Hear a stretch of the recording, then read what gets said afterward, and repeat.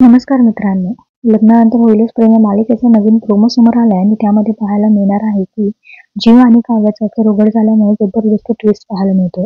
तर आता पुढील भागात असं घडणार आहे की काव्याचं अफेअर जे आहे ते मालिनीला समजलेलं असतं. आता काव्य हा सगळा प्रकार जीवाच्या कानावर घालते तेव्हा दोघे मिळून असं ठरवतात की आपल्या दोघांचं अफेअर होतं हे सत्य आपण दोघांनीही कसल्याही परिस्थितीत मान्य करायचं नाही.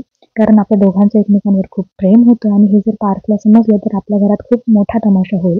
तर आता दोघांचं सर्व बोलणं मालिनी काकू ऐकते आणि मित्रांनो तेव्हा दोघेही प्रचंड घाबरतात आणि त्यानंतर दोघेही मालिनी काकूंच्या पाया पडून त्यांची माफी मागतात. जेव्हा मालिनीला जेव्हा मालिनीला म्हणतो की प्लीज आई तू हे सत्य घरात इतर कोणालाही सांगू नकोस नाहीतर खूप मोठा अनर्थ होईल. विशेष करून पार्थ दादा आणि नंदिनीची होणारी अवस्था आम्हाला बघवणार नाहीये. तेव्हा मालिनी म्हणते की तुम्ही दोघांनी जे केलंय ना त्याला मी कधीच हे करणार नाही, समर्थन देऊन देणार नाही. कधीच माफ करणार नाही. तुम्हाला या चुकीचे प्रायश्चित्त करायचे असेल ना तर काव्या तुला पार्थला आणि जेव्हा तुला नंदिनीला हा सगळा तुमचा भूतकाळ सांगावा लागेल.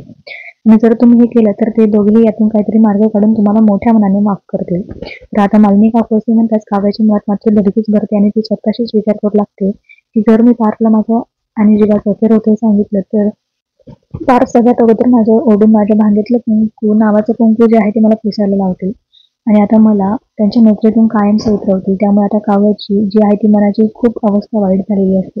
येणाऱ्या भागात पुढे काय होईल हे सगळं पाहणं रंजक आहे. पण तुम्ही मालिका पाहताय का? मालिका तुम्हाला आवडते का? ते कमेंटमध्ये नक्की कळवा. धन्यवाद.